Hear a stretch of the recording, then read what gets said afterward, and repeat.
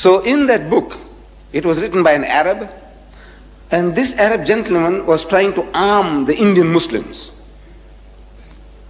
who were at that time at the receiving end of a Christian assault in India. You see, India was in the hands of the Muslims. They were ruling it. They ruled it almost 1,000 years. And the British came with the superior gunpowder, and they snatched power, dominion, rule out of our hands. And they felt, and they thought rightly, that if at any time anybody would give them trouble, it will be the Muslims, because they had tasted power, tasted dominion, tasted rule, and once you have tasted it, you aspire to get it once more back again. So he said, if we can convert these people, if we can make them to turn the other cheek, we can rule India for 1,000 years.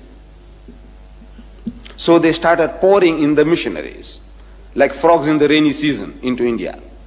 And they started mastering our language and wanting to debate with the Muslims. At first, the Muslims were reluctant. These are our rulers now. They have conquered us. And if we debate with them, they might put us in jail, Robben Island, something like that. So he says, man, leave it out. But now, since they started learning our language and challenging us in our mother tongue, the Muslims were forced to accept the challenge. And Maulana Abdul Aziz of Delhi, this is I'm reading in the book, which made everything interesting to me, which brought me here. That Maulana Abdul Aziz of Delhi, he was forced to accept the challenge. It was a certain reverend founder who was the head of that movement, missionary movement. And according to the appointed time and date, the debate started. The reverend started the debate with requesting the Maulana. Maulana means our Shaykh or Imam in our language, you see, in the language of the Indian Muslim. He said, Maulana Sahib, telling him in Urdu, sir, respected Maulana, get started. Start the ball rolling. So the Maulana said, you see, look, you are our elder brother. In other words, Christianity precedes Islam by 600 years. So you are 600 years senior to us. So as such, you have the first preference. Number two, he said, look, you are our guest. No doubt an unwelcome guest, but a guest at that. So as such, again, you have the first preference. So the reverend was forced to start the debate. And he started with a question. He says, Maulana Sahib, speaking in Urdu, Maulana Sahib, where is your Prophet Muhammad now? So the Maulana, after a pause, he replied that he is in Jannatul Firdaus, in heaven, blessed heaven with God Almighty. Out of that answer came the second question. He said, all right. Tell me now, where was he when his grandson Hussein was martyred at Karbala? So the Maulana again thought for a moment, and he again replied, he was still in Jannatul Firdaus, in blessed heaven with God Almighty. Out of that answer came the third question. I'm reading this in the book. He said, all right, now Maulana Sahib, look, if your Muhammad was with his Allah, as you say, and while his grandson was being butchered, Shaheed, at Karbala, didn't he ask his Allah for help? He said, look, my grandson is being butchered, please, have mercy on him, save him. So there was a long pause. And the reverend couldn't hold his peace. He started stamping his feet. Come on. Did you, didn't he? Didn't he ask his Allah for help?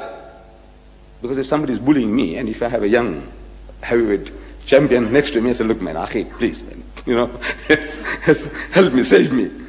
So didn't he ask his Allah for help? So after a long pause, the Maulana said, yes, he did. He did. So what did he say? We know he wasn't saved. What did Allah say? And there was an inordinate pause, undue pause. So the reverend again started stamping. Come on. What did he say? So the Maulana said, Allah cried. He cried. So what? Allah cried? He said, yes. He said, I couldn't save my own son Jesus. How can I save your grandson?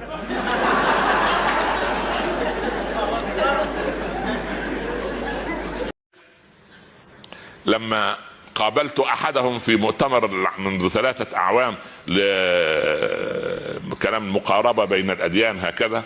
قال أحد القساوسة الكبار من الفاتيكان وأنا جالس بين الحاضرين يسألني سؤالا قبل أن يبدأ كلمته: أين محمد الآن يا شيخ؟ قلت له: في الجنة عند ربه. قال: حي أم ميت؟